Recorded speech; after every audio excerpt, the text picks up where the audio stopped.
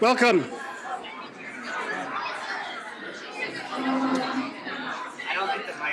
I don't think. Welcome to you all.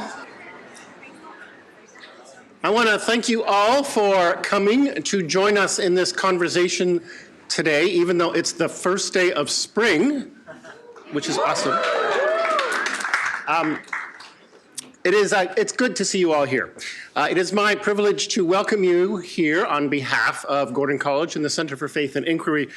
My name is Paul Brink, and I am the director of CFI, working closely with Ryan Soltero, who is our program coordinator.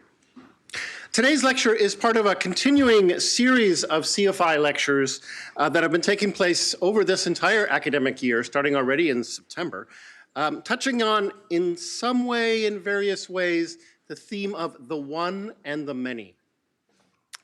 In the church, in American society, even at Gordon, we encounter many questions relating to our oneness and to our manyness. And I am grateful to Dr. Rah for thinking about this question with us today. We will be continuing this series throughout the rest of the semester, significantly a week from today, when Michelle Lloyd-Page will be speaking in this very space at this particular time. And then Symposium, which is coming up in April, which is when we switch things around and students are able to offer their own thoughts and presentations and conversations and productions. So you students have all received already emails inviting you to submit your ideas for Symposium. This is a day in which there are no classes. It's just about you talking about the one and the many. Symposium Day is, oh shoot, what's the date? Thank you, you all know. I did that on purpose. Let me introduce our speaker. The Reverend Dr. Soong-Chan Rah is the Robert Munger Professor of Evangelism at Fuller Seminary. He's the author of The Next Evangelicalism, which is the book of his I Know the Best, but also many other books, including a book on lament that I heard him reference yesterday in chapel, and most recently a book titled Unsettling Truths. He is no stranger to this area, with degrees from Gordon Conwell and from Harvard, and also a founding pastor of Cambridge Community Fellowship Church, which is not so very far away. He has been to Gordon numerous times, and so it's a delight to welcome you back, and he's always been well received. And it's why CFI and the chapel office were so eager to cooperate together to bring Dr. Rah to campus for Mission Week and to offer this lecture with us today. So, Dr. Rah.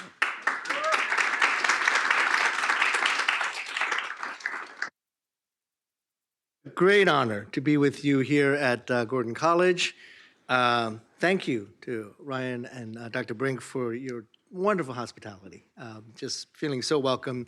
The chapel office, this has been a really good occasion for me to be able to join you. I just want to make sure that the slides are on here. Thank you.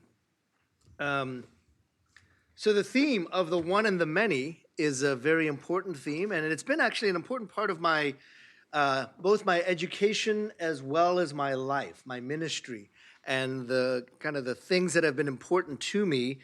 And I'll give you a little bit of a quick background on why this particular theme is important to me personally. So I know you can't tell by looking at me now, but I grew up in the hood. I know, here's this Ivy League educated guy, but I actually grew up in the hood. As I joke, I grew up in a rough neighborhood in Baltimore, but that's redundant because every neighborhood in Baltimore is a rough neighborhood. I joke about I have a tiny little scar above my left eye, and that's from my one and only gang fight that I was ever involved in, which was a group of black kids and a group of Korean kids yelling at each other, and then somebody started throwing rocks, and this is what happened. I said, hey guys, knock it off, somebody's gonna get, ow! And then I got hit on the head with a rock, had to go get stitches, and so that's my one racial war gang scar right here on my left eye. So I remember being in this context of inner city Baltimore, and it was a poor neighborhood. It was the housing projects. And we were a third poor whites, a third poor blacks, and a third poor recent immigrants. And it was amazing how we could not get along with each other. We had poverty in common. We were all on food stamps. We were all on subsidized housing, and yet there was not a commonality that brought the many together. And I thought maybe the church could do this. And in fact, there was a bus that would come in once a week, a big yellow school bus, and they would pile in all the inner city kids into the school bus and drive us 30 minutes to a suburban church. And they had a special trailer in the back of the parking lot where they would shuffle us into. We weren't allowed into the main building, but they shuffled all the inner city kids into this back trailer, and then they would teach the gospel to us. That didn't last very long, so many of them, and so it was just like at one point, it was just me in a huge yellow bus, and all the other kids had kind of given up. So it turns out that the church wasn't doing the many becoming one. And so that's been kind of my life passion, trying to figure this out. What does the church have to say and to do when it comes to the incredible diversity that is in creation and certainly in humanity? And what does unity in that diversity look like? And so the question I wanted to kind of grapple with is, one, I'm going to give you some old news about this is the way the world is. Now, what's interesting is that this is sociological research that I did about 20 years ago, and now it's history. So all this stuff that I learned as a sociologist is now part of history. So the idea is, what has changed in our world that has amplified this kind of narrative of many, of multitudes? And so the question that's asked by Dana Robert, right down the street here at Boston University, is if you were to imagine the typical face of the Christian from 1950, so imagine back to when tuition was a lot lower, to 1950, and you're thinking back to 1950 and say, what was the quintessential image of a Christian? And your answer would have been a white male, approximately 50, 60 years old, living in a Midwestern suburb, except for maybe the guy in the lower right-hand corner. That's Larry the Cable Guy. The dominant image of Christianity was shaped and formed probably by American Christianity, and not just American Christianity, but white American Christianity, maybe even more so white American suburban Christianity. Dana Robert follows that up with, but what would be the typical face of Christianity now? Decades later, almost more than half a century later, what would be the typical Christian in 2024? Well, the answer is more likely to be a peasant woman outside of Lagos, Nigeria, a teenager in Mexico City, or a university student in Seoul, South Korea. The face of Christianity has dramatically changed over the years from a Western, North American, US-centric Christianity to a much more global Christianity. This is all old news. You all know this. You've read the books. You've read Andrew Walls. You've read Philip Jenkins. You've read Lamin Sanneh. You know that this is what's going on in the world around us. And to quote Jenkins, over the past 5 centuries, meaning from 1500 to about 2000, the story of Christianity was wrapped up in the story of Europe and North America, and you can talk about a European Christian culture, a European Christian civilization. Jenkins goes on to say, however, over the past century, and he's actually writing in the 20th century, not even the 21st century, over the past century, the center of Christianity has shifted away from North America and Europe towards Africa, Asia, and Latin America, and that in the 21st century, there will be a boom of Christianity, but it will be neither white, nor European, nor Euro-American. It will be actually Asian, African, and Latin America. Those will be the centers of Christianity. Barrett and Johnson, and Todd Johnson taught right here at Gordon Conwell for a number of years. Is he still teaching there? Yeah, okay. I don't want to retire a person prematurely, but they were noting in the Encyclopedia on Global Christianity of this drastic change in the demographics of global Christianity, how over a 100-year time period, African Christianity making up 2% jumps to 19%. Asian Christianity making up 4% jumps to 17%. And the projection, of course, is that by 2050, we will see at least 71% of Christians being in what we would call the non-white continents of Africa, Asia, and Latin America. Now, what's interesting is this doesn't account for the diversity in Europe and the diversity in North American Christianity.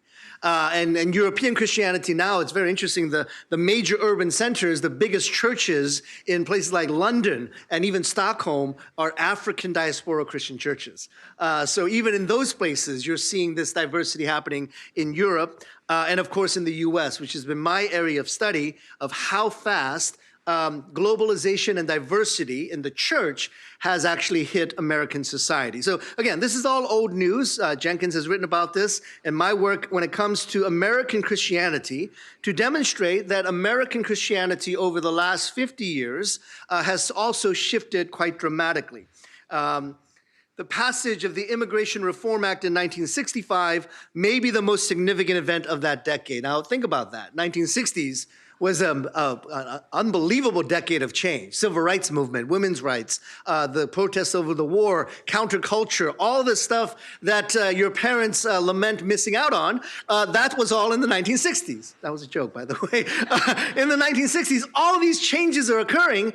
And Jenkins actually argues maybe the biggest change of all that occurred in the 1960s was the change in the immigration laws in the United States and what has happened since then. By the way, just a quick note, because you get this kind of in the national media rhetoric that's incorrect. The change in 1965 should not be seen as the doors were closed and then all of a sudden in 1965 the doors were open. That is not what happened. What actually happened is that the immigration laws were changed as a part of the civil rights movement because there were a whole bunch of racist laws that kept out immigrants away from outside of Europe and North America.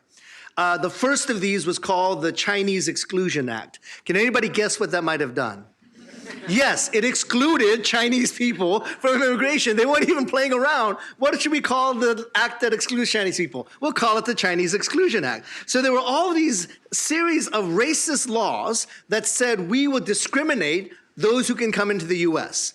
As part of the civil rights movement, those laws were not changed. Those laws were just said, no, we can't have those laws anymore. And so those laws were overturned, which allowed for greater diversity in immigration since 1965.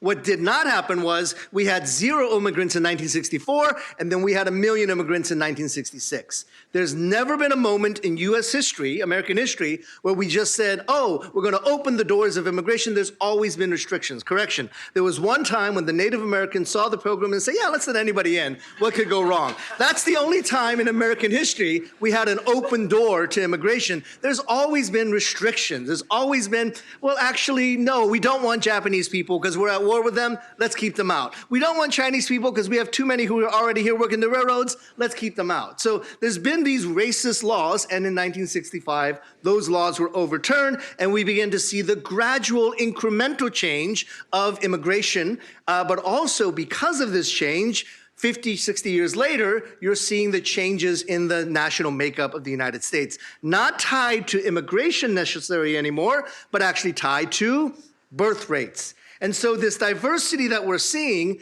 is a result of 1965, but it is also a prolonged length of immigration where now you are getting folks like me, second generation, and now third generation children of immigrants who are adding to the diversity, not because we immigrated here, but because we were born here to immigrant parents. So this is the major shift that has begun to occur in the diversity of the United States. Again, this is old news. 1965, the change occurs in immigration laws. 1965 to present, there is the slow, gradual influx of non-white immigrants, non-European immigrants. By 2008, the U.S. minority population had hit 33% of the U.S. population.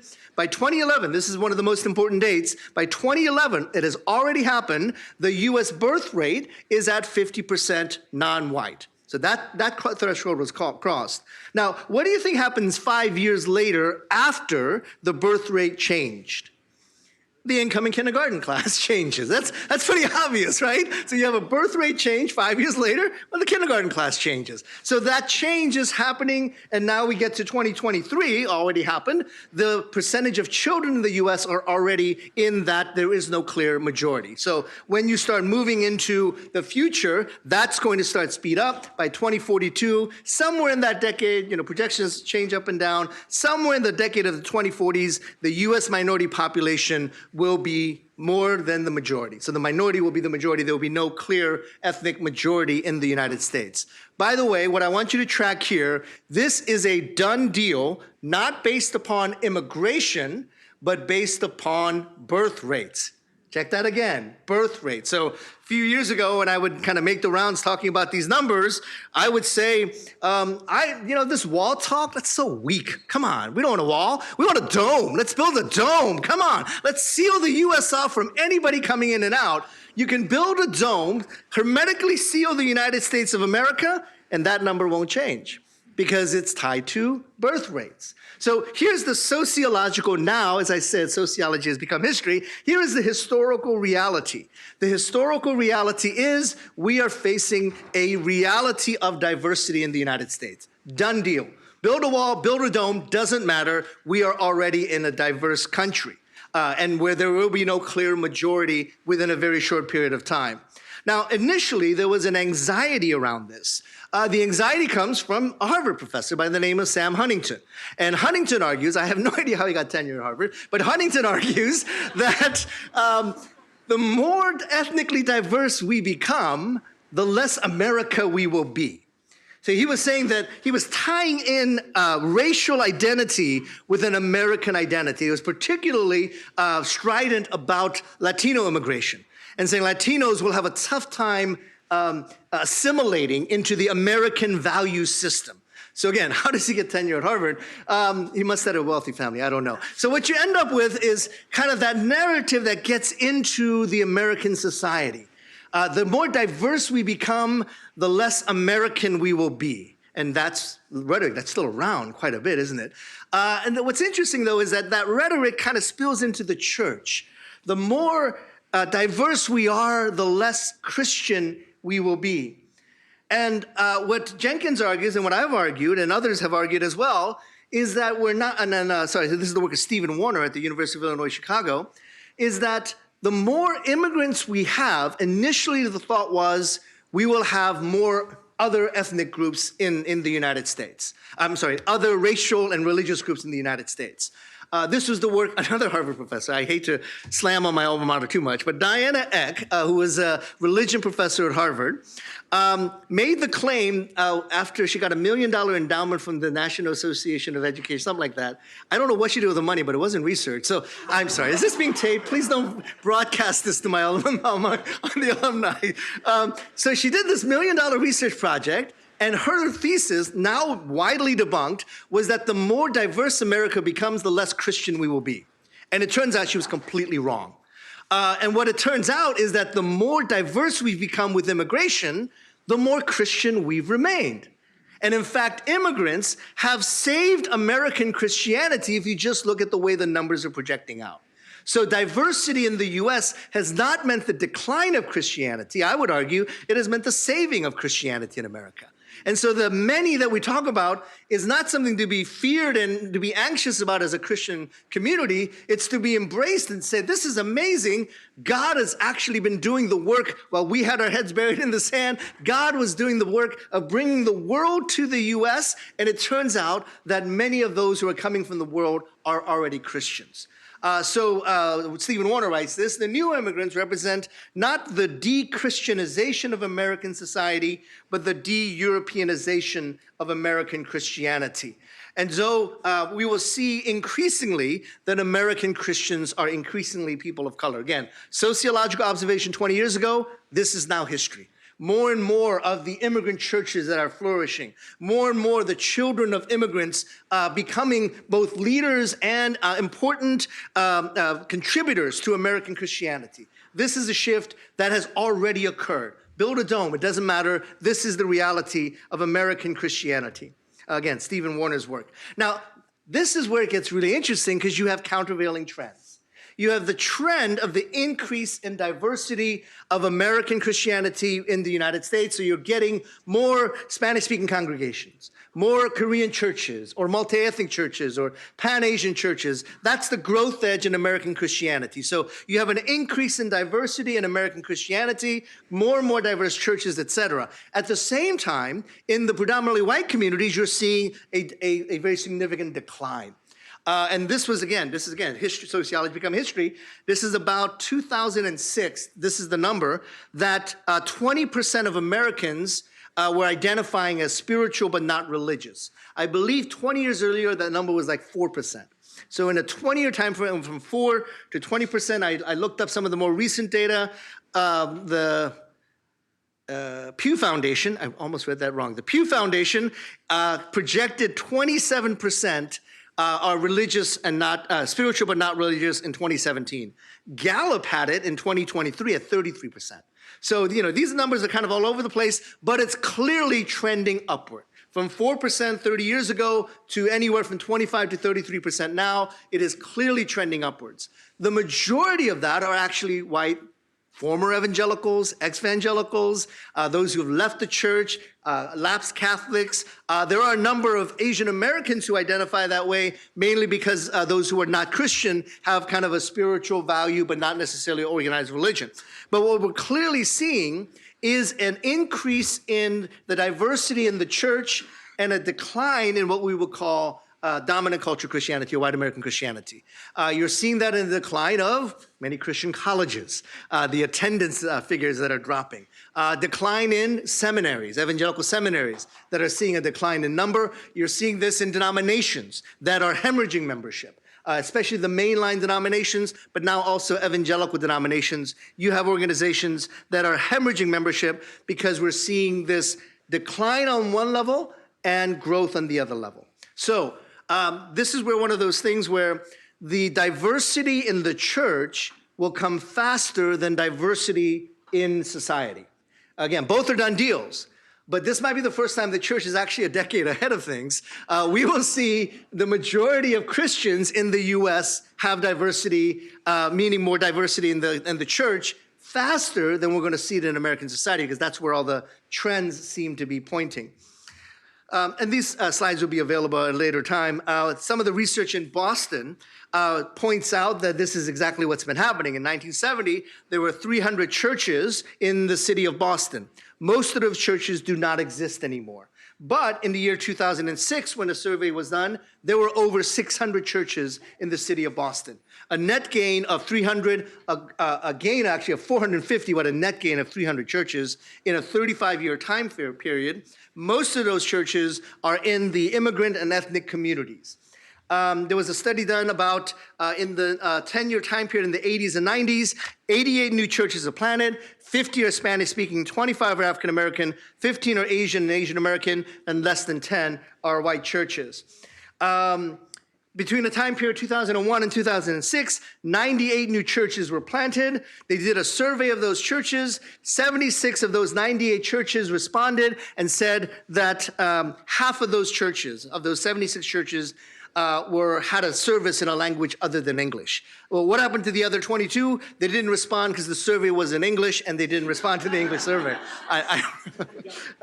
So what we're seeing is a significant transformation of the Christian landscape. The diversity that is hitting society already, we're actually experiencing it earlier. So again, the question is not, is there many? Is there diversity? The question is, what's the church going to do about it?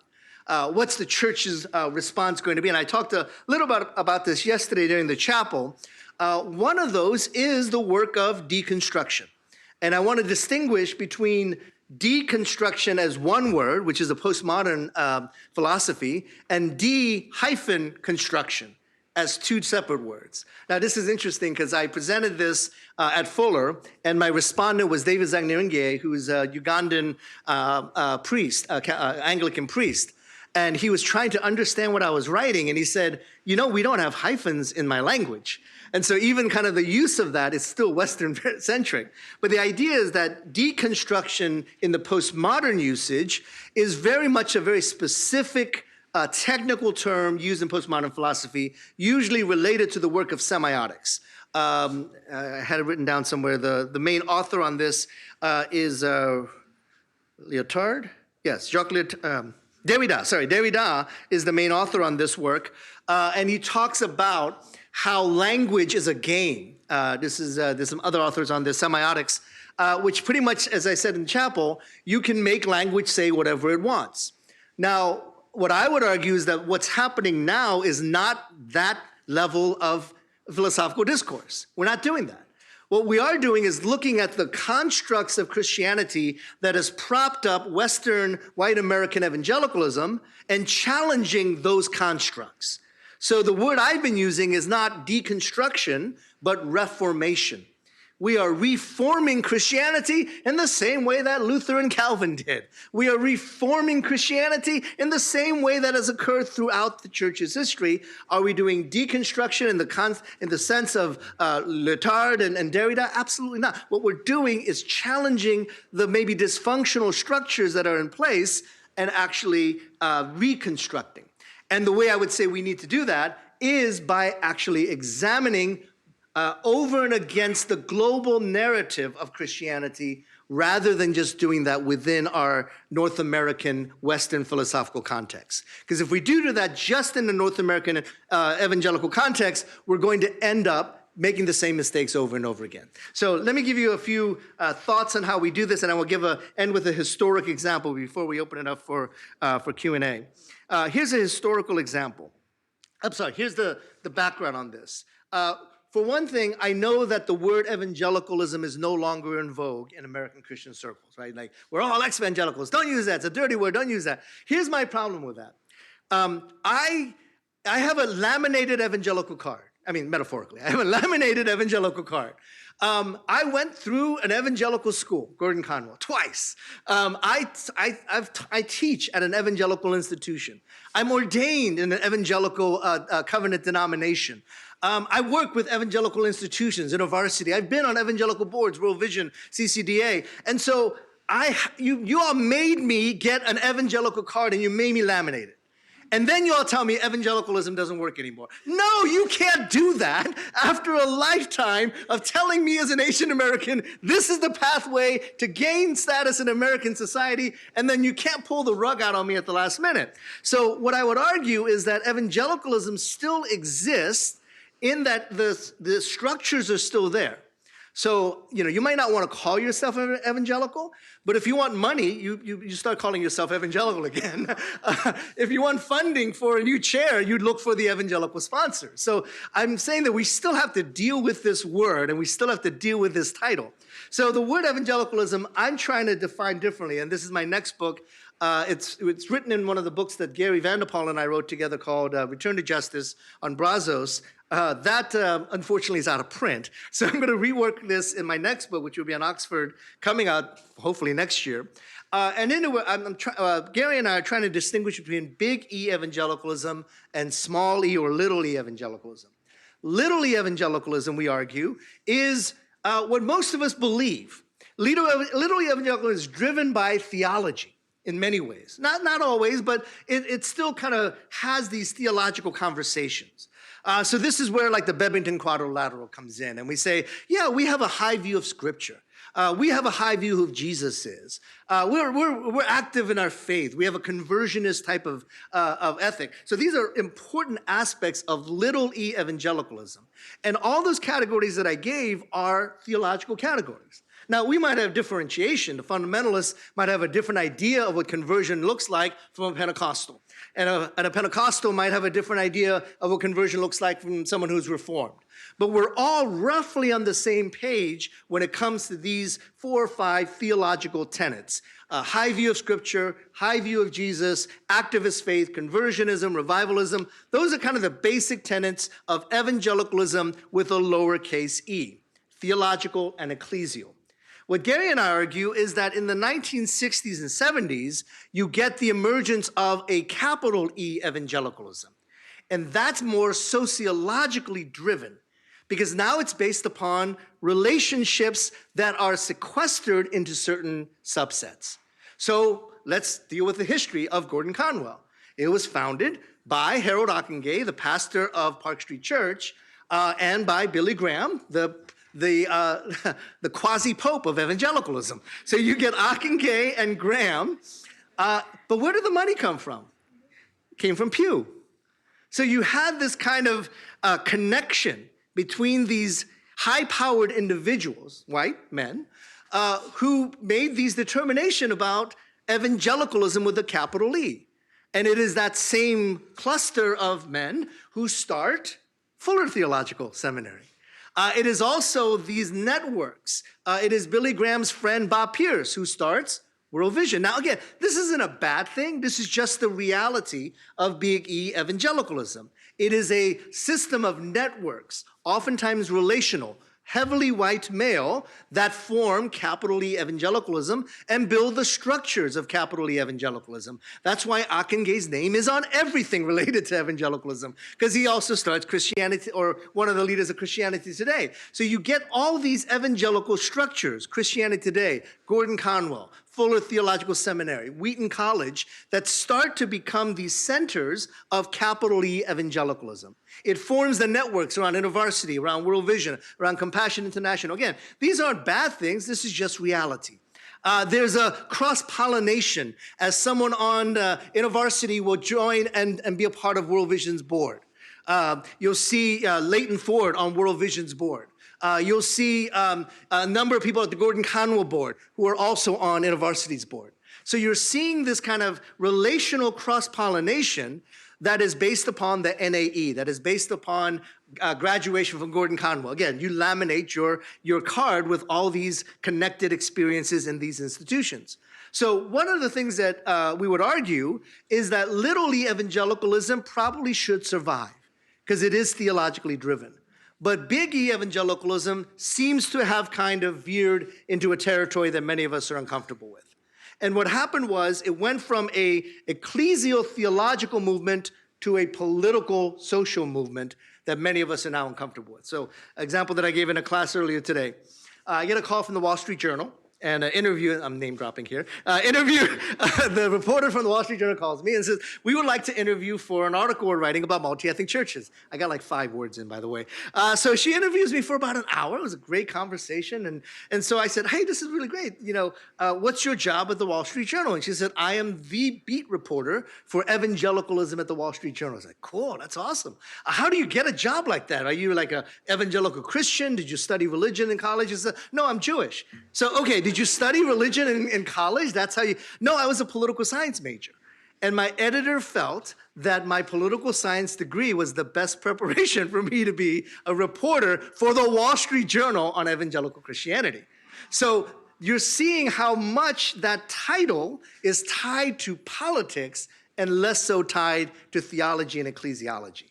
So what I would argue for is we need to get back to the lowercase e evangelicalism, and could that be the center? Because capital E evangelicalism is too much of a dysfunctional construct that does not allow us to become the one out of the many. But could a theological evangelicalism, lowercase e, could be that gathering place? Can we gather not around whether we're going to vote for Trump or not? Can we gather not around even abortion rights or any of those things? We gather around the cross. We gather around the person of Jesus, our valuing of Scripture.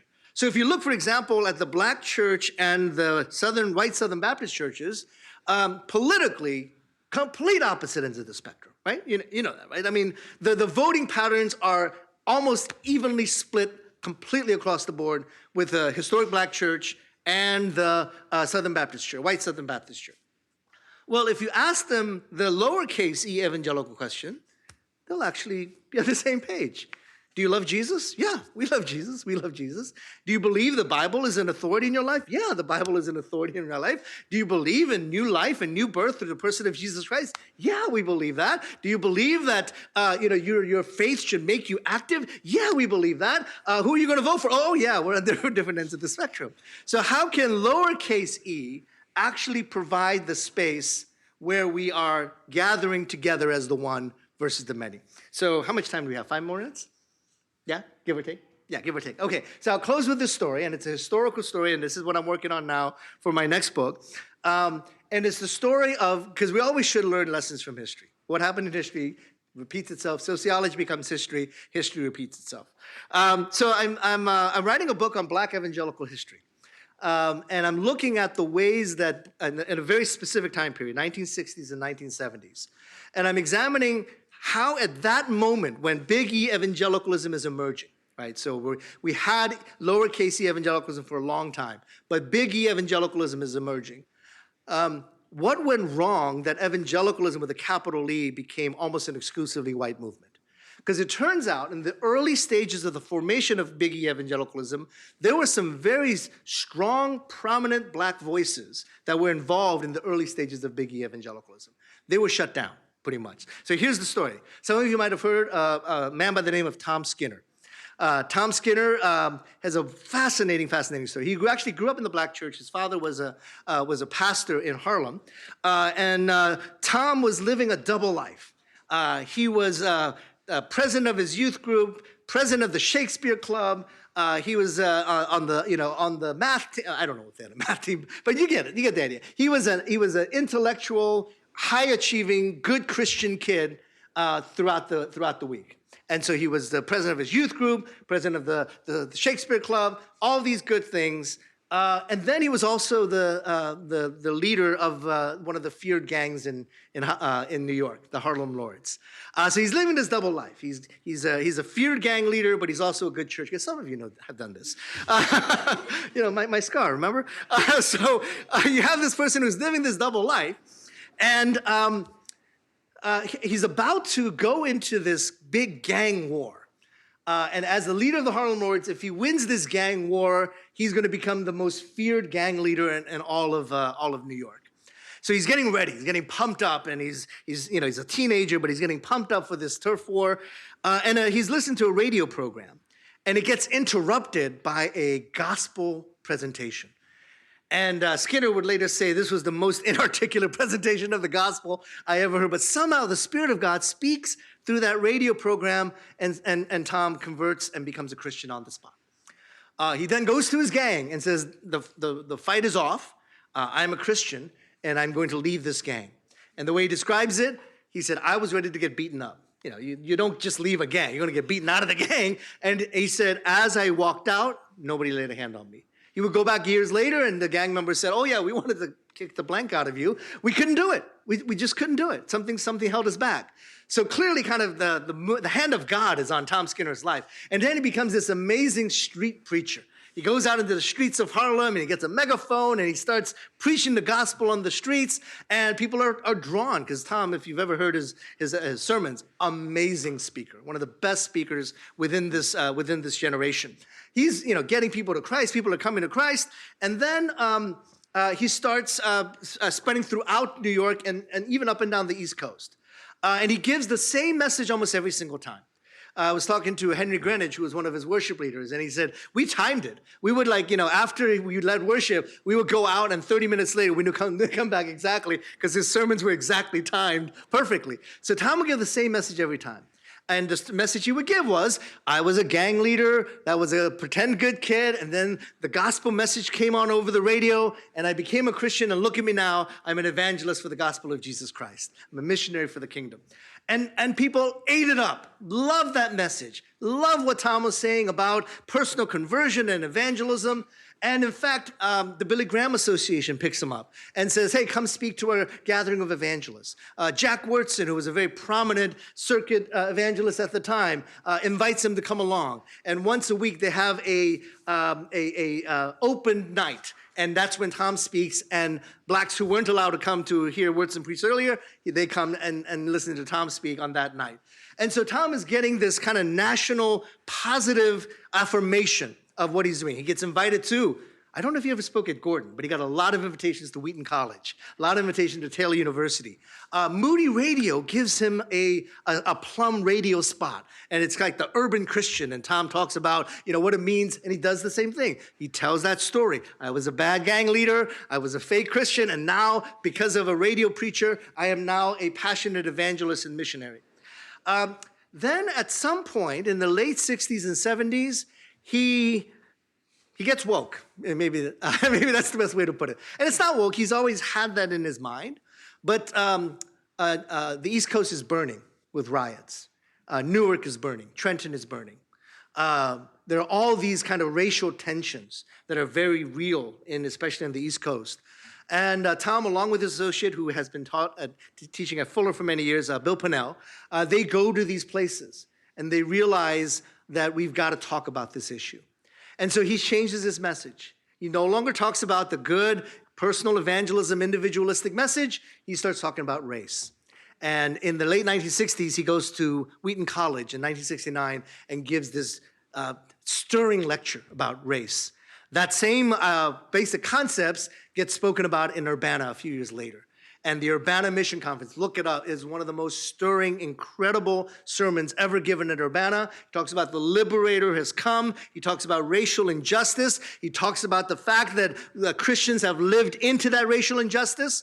And again, I was interviewing both my two sources on this, and they were saying that the whole crowd jumped up and were ecstatic about what Tom Skinner was saying, that there was justice and evangelism. And Skinner was representing that.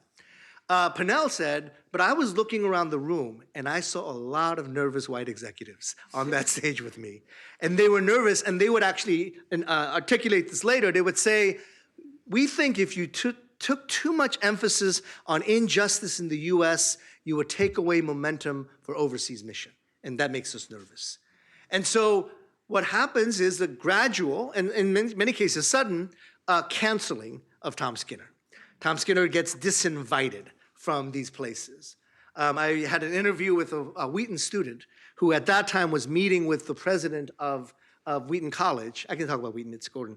My friend had asked the president of Wheaton, hey, have you heard about this guy, Tom Skinner? And he said, we got to get him on campus. And the president said, as long as I'm president, Tom Skinner will never set foot on this campus. Because there was that anxiety and fear about the message that Tom was bringing. And Skinner began to preach this, but he began to get canceled. He got canceled from Moody Radio. And I actually have a copy of the letter that was sent from Moody Radio to Tom Skinner. And this is hilarious. Moody Radio actually says, Mr. Skinner, you were too political for a radio station. If you've ever heard Moody Radio, you know how comical that comment is. So you're getting this cancellation by Tom Skinner, of Tom Skinner. And so he actually ends up shifting. Now, there was talk about, well, Tom Skinner got divorced right around that time. And especially in the 1970s, 72, 73. Back then, people didn't know how to deal with that. So I inquired a little bit of those who knew him, what happened with that? I said, well, Tom didn't get divorced till 1978.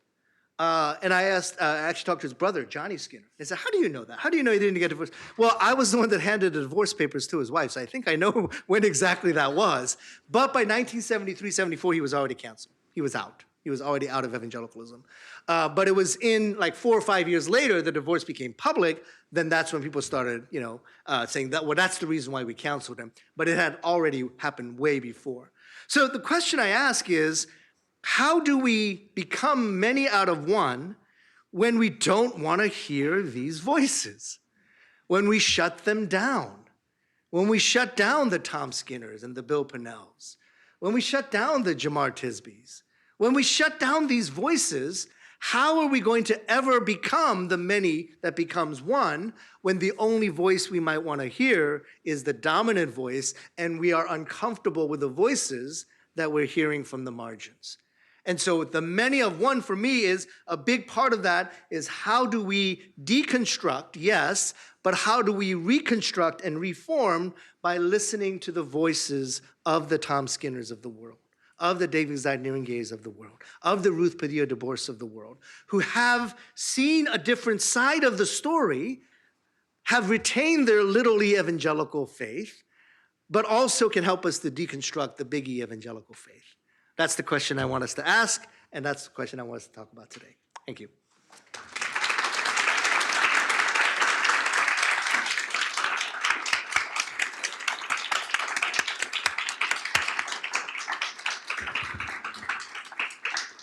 We have some time to deliberate on that closing question, but also there may be other questions on the floor. There will be 2 mics floating around, so I would ask that wait until you receive a mic before you ask a question. Keep your question relatively succinct, please, and that'll give time for all the questions to be heard. So, and I'll let you call on your own. Sure. Okay. So I want to go back to what you talked about when you talked about the decline of Christian colleges. So we see this decline in Christian colleges, but we also see, as Gordon's been preparing and a lot of other Christian schools, the anticipated decline also in attendance in church and in Christian schools because of 2008 and the birth decline then and the coming of age of all those people, and even in 18 more years with COVID babies. So how do we balance this idea of wanting this diversity, but also not becoming, you know, not just reversing the majority, but instead having, a no majority basis with these, declining birth rates and those coming of ages? Yeah. The Christian colleges,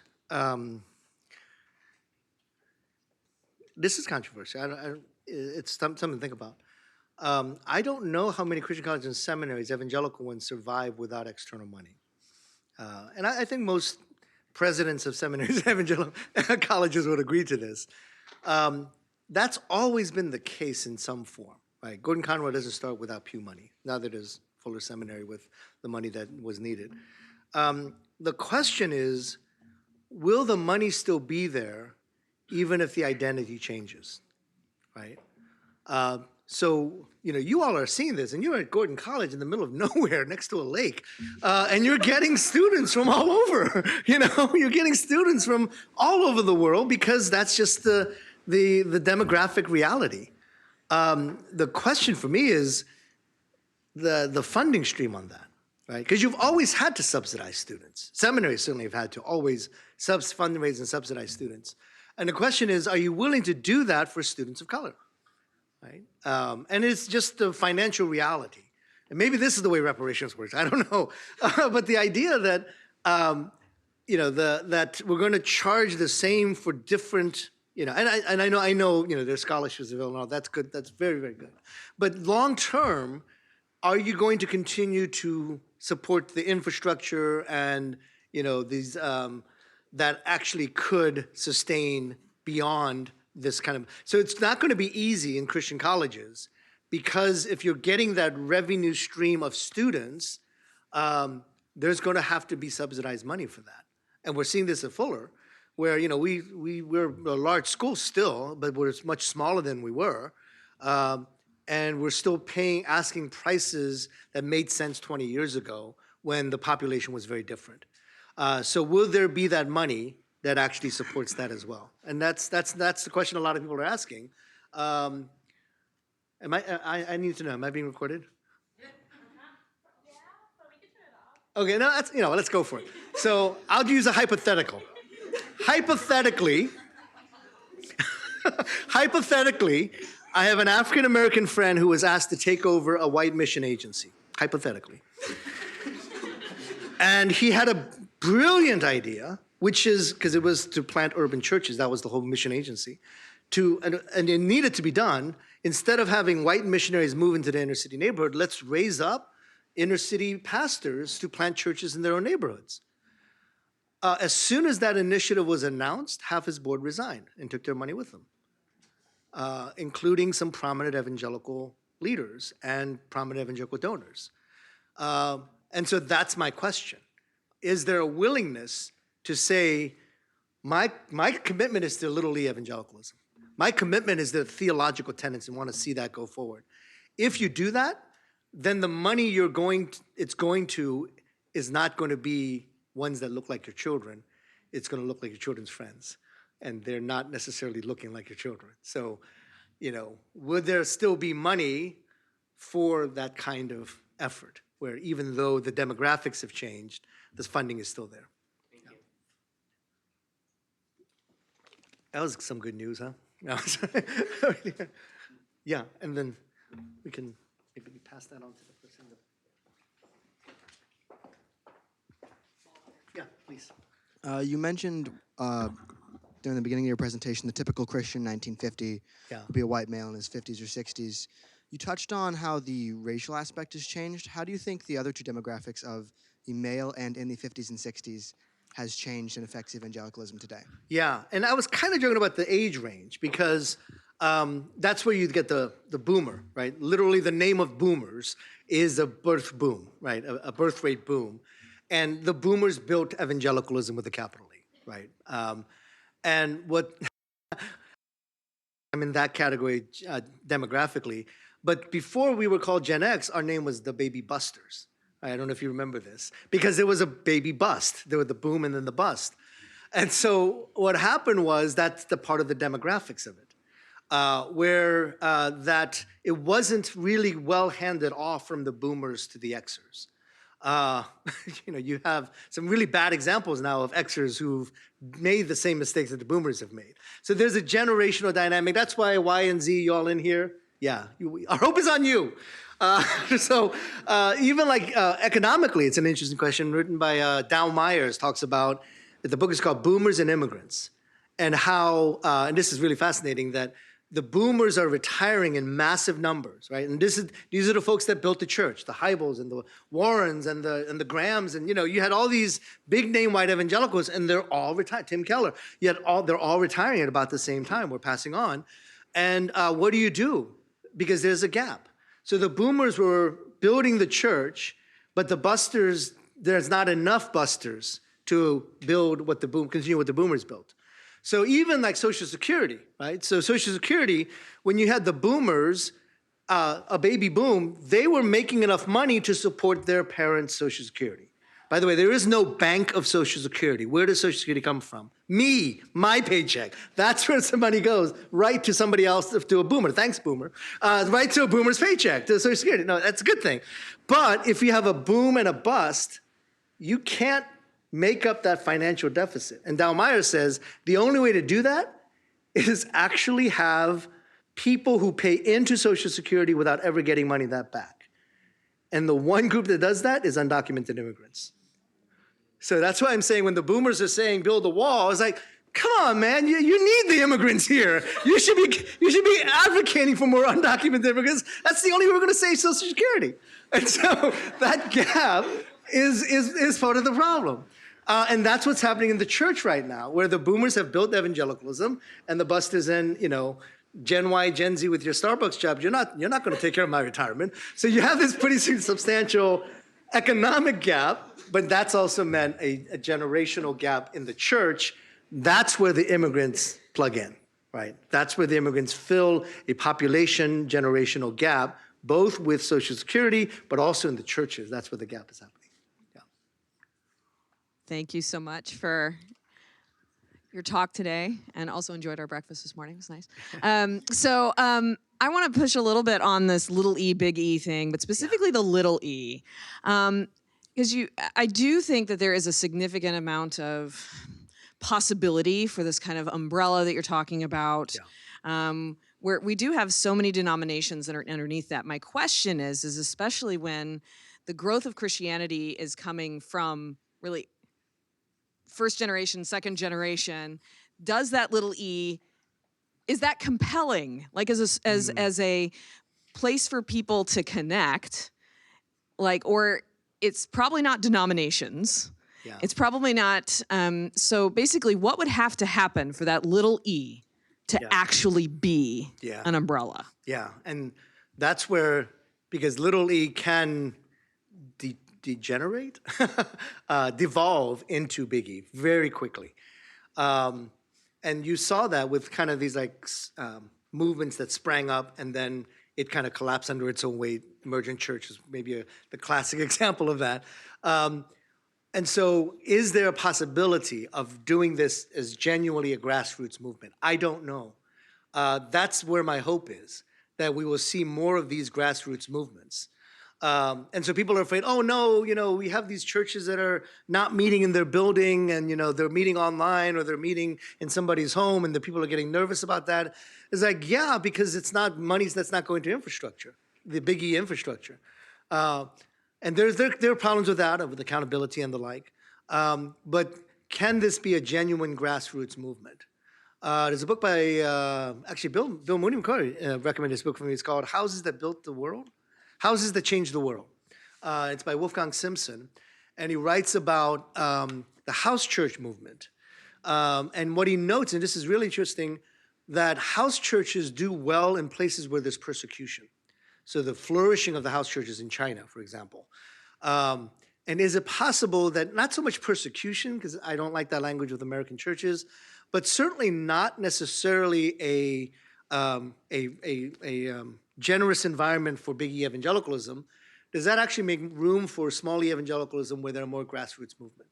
Now, the tough part is, oh, what about the theological accountability? What about, all that? And it's a very real question. What about pastoral power abuses? Yeah, all those are very real questions. But I've seen enough of that in big E evangelicalism say, well, at least let's try this other way and see if that happens also. It's possible, but we already know what happens with big E evangelicalism. We've seen that. So again, the grassroots movement is really, is that the possibility? I've talked about you can't beat a narrative with more of the same narrative, right? And if the narrative of big E evangelicalism has these values and narratives, then we can't join that and expect the same results because you keep doing the same thing over and over again. We have to create new structures and new movements. And I at least that's the, on my best, most optimistic days, that's the hope I have in Gen Y and Gen Z, because of a lot of the antagonism towards these structures. That can be seen as, rebellious, whatever, or it can be seen as, then let's start counter movements that actually do something else. Let's do something different with that. Yeah. That's my comment. So do you think it's possible to redirect some of these institutions, Gordon Conwell, Fuller, to be a part of that? I know there's risk to the money, you've already said that, but do we have to start over or can we adapt? Yeah, well, that's a great question. There are two factors that I would mention. One is there's a phenomenon that's being bandied about in business communities called the glass cliff. And what that is the hiring of people of color just before the organization is about to collapse. And then, oh, we can't hire people of color because the organization collapsed. It's like, no, you hired us right before it was about to take a dip. So that's one aspect of it, of like, okay, where does the institutional change and disruption have to come in? If we're waiting till the last minute when it's already, over the waterfall, then we're not going to see that happen. Who had an interesting thought on this? Tom Sine was at a CCDA gathering about 20 years ago, I think, and he was talking about the investment that boomers needed to make. So 20 years ago, this is before boomers actually started to retire, the investment boomers needed to make into the next generation. And it was not like, oh, let's build more seminaries or let's build more, institutions with our name on them. He was really talking about it was an interesting workshop about like living communities for younger people, and I was in my 30s at the time. I was like, well, I would love to do that. I would love to be in a living community with other Christians. And I can't pay for that. And he said, we'll pay for it, meaning his generation. He didn't, but that was a great idea. That idea of like, how can the boomers invest into the next generation? And it could be out of the box. For a long time, the boomers were like, well, we'll give you our church buildings. And that did not work out well. Classic example of, Crystal Cathedral. Right? You all know Crystal Cathedral is this great, magnificent building. It was a very famous TV preacher, Robert Schuller. And he builds this magnificent building, and everybody's talking how beautiful the building is. After he retired, what happened to that building? The church went bankrupt. And his son, who inherited the church, had to end up selling the church. And guess who they sold it to? A Spanish-speaking Catholic congregation is the church that bought that building. So like the idea of passing on our buildings to the next generation, I think we've already seen that it's not going to happen. But what are the intentional investments that boomers and Xers can make for the next generation? I don't know, honestly, because I have two kids, 23 and 20, and at this point, I'm like, no, I'm not giving any more money. Yeah, you don't need another guitar pick. You don't need another guitar. Yeah. So then what can I do? Because, to actually support what the next generation looks like. And it's not going to be a house. It's not going to be a church building. But what does that look? I don't know. That's stuff we should maybe start thinking through. Investing in communities. Investing in entrepreneurial spirit that can be used a lot of different ways, but is there kind of an entrepreneurial spirit that emerges out of Gen Y, Gen Z that we can support? Yeah. And then maybe bring the microphone over here. Can we pass that up to the front? Hi. Forgive me while I try to piece my question together, but is regarding the church itself and church bodies in general, is the goal, well, is the hope that there would ultimately be, to mirror Christ's global church, integrated churches, or at the very least host a conversation between, like, for example, the white Southern Baptist church and the black church, is at the very least to host a conversation? And how do you do that? Like, where do you start to Yeah. create that unity? That's a great question. Many years ago, my friend Michael Emerson wrote a book along with some colleagues, sociologists. It was a book called United by Faith. This is his sequel to Divided by Faith. And in it, the authors say that whenever possible, churches should be multi-ethnic. And what happened was people read that wrong and just wrote churches should be multi-ethnic and didn't read that first part, whenever possible. Meaning, if we're going to be diverse, it can't be just let's throw people together. For a long time, there was this, and still happening, this kind of merger phenomenon where, hey, we got two denomination churches, one's black, one's white, let's bring them together and have one church. Usually within 3 years, there were two churches again, or the church just completely collapsed. So there was no process. There was no thinking. Even like when you merge churches, even if you say, oh no, we're all equal, the power dynamic is still there, right? Because you've already chosen one building over the other. And it's usually the nicer building, which is usually owned by the majority culture. So you have these kind of built-in things that you're not taking into consideration. So what we have already done is join hands, sing Kumbaya, and give peace a chance, and hug each other. Promise keepers, we did that already. I was there. I hugged a lot of black folk and white folk, and we all love each other. I have no idea who they were, and I never saw them again. But apparently, we gave peace a chance. But then, what would that look like beyond that?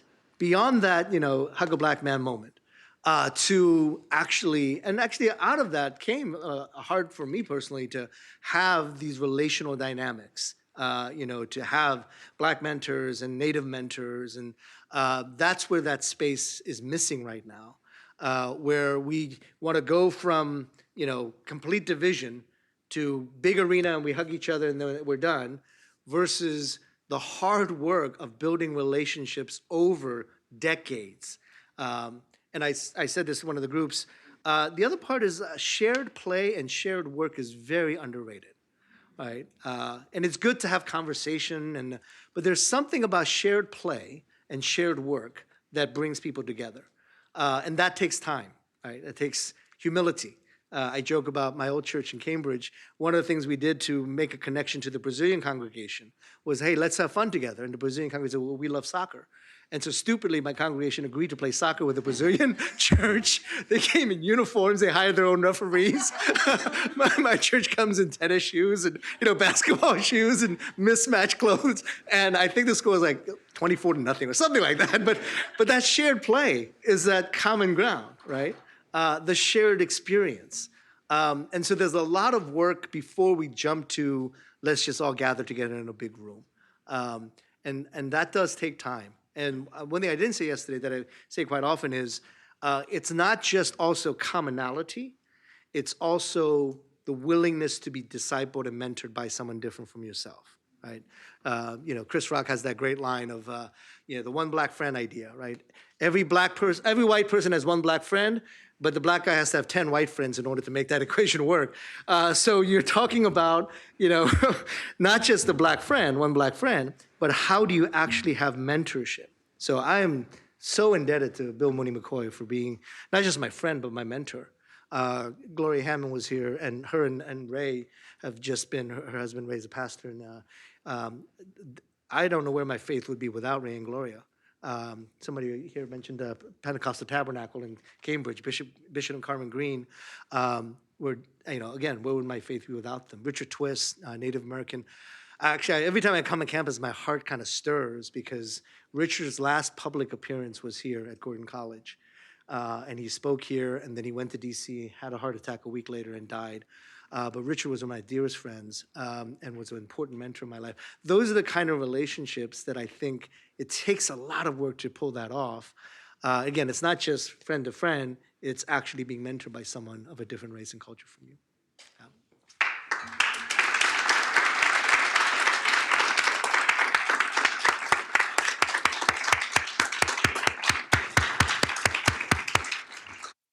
Thank you. Thank you so much for sharing your insights, your wisdom, your perspectives with us. I think we learned a lot, and we have lots of questions and things to talk about over dinner. Also, things to talk about over the remainder of Missions Weeks. Students, there are more events happening over the next day or so. So, yeah, take advantage of Dr. Rah while he's here, and take advantage of these opportunities to learn. Thank you all for coming. I look forward to seeing you in a week's time for our next CFI talk. Have a good evening, all.